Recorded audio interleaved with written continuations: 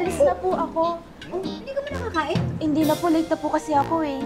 Ay, teka, igagawa ka ng baon mo. Huwag na po, Ate Baby, late na po talaga ako. Gusto mo atid na kita? Huwag na, Kuya. Sige, thank you ah. Alis na po ako. Oh. Bye po, Ate. Sige. Ingat, ingat. Bye. Bye, Kuya. Anak mo, no? Lagi nagmamadali. Nakaka-lurkit po kasi talaga ang traffic ngayon. Lalo po dun sa school ni Clarissa pag rush hour. Nako, yun nga, madalas nang ginagabi ng uwi. Tapos pagdating, pagod na pagod. Kawawa naman yung alaga ko. Oo nga. Aga-aga eh. Mukhang stress na agad si Clarissa. Stress saan? Sa traffic? Hindi po. Saan?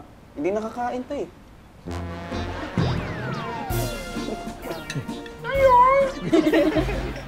Kakainis. Ang baba ng grades ko sa exam kanina. Kasi ako nakapag-review kagabi. Na-perfect ko yung quiz. Well, I mean, nakapag-review din kasi ako agad last night. Sana all. Tara, kantin tayo. Girl, kanina pa gutom yan. Hindi mo pa kasi sa class? Super!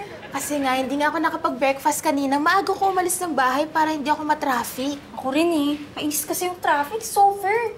Mas lalong traffic niyan mamaya. Kagabihin na naman ako ng uwi. Tumambay na lang muna kayo sa condo ka after class. G ako dyan. You should see Pam's condo. Super ganda! Sige kayo na lang muna. Tatapusin ko pa yung reaction paper eh. Sa end of the month pa naman yung submission nun, di ba? Tsaka mo na lang gawin. Gusto ko na kasi masimulan para maaga akong makatapos. Sipag naman. Sige, next time ka na lang sumama sa amin. Luluto ko ng spaghetti. Tapos umorder tayo ng salad and roast beef. Pa-deliver natin sa condo ko mamaya. Super! Sayang! Ano favorite mo yung mga yun? Sa kotse ko na lang kayo sumakay papunta sa condo ni Pa mamaya. Oh, I thought you're not coming with us. Ang kulit nyo kasi. Sofer. Tara na, gugutan na. Gosh, I'm so full na. Super! Oo nga. Uy, thank you ah. Ang sarap ng spaghetti mo. Ang galing mo pa na magluto. No, dati hindi. Ngayon na lang din ako natutong magluto when I moved here sa condo. Palagi ka nagluluto? Yes, pero pag tinatamad ako, nagpapadeliver na lang ako. Or I go out and eat dyan sa katabi naming mall. Parang ang ganda tumira dito, no? Ang ganda ng lugar eh. Ang lapit pa sa school, kaya hindi ako nag-late. Kaya pala hindi ka stressed bumiyahe like us. Oh my God, Sofer!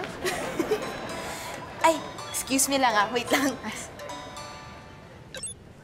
Hello po, Nay? Ay, nak, saan ka? Ay, kasama ko po yung mga klase ko. Kumain na po kami. Ay, hindi ka pa pala umuwi. Pauwi na po ako ngayon. Nagpalipas na po na oras. Traffic po kasi kanina eh. Sige. Ingat ha, update mo ko. Sige po, Nay. Bye po.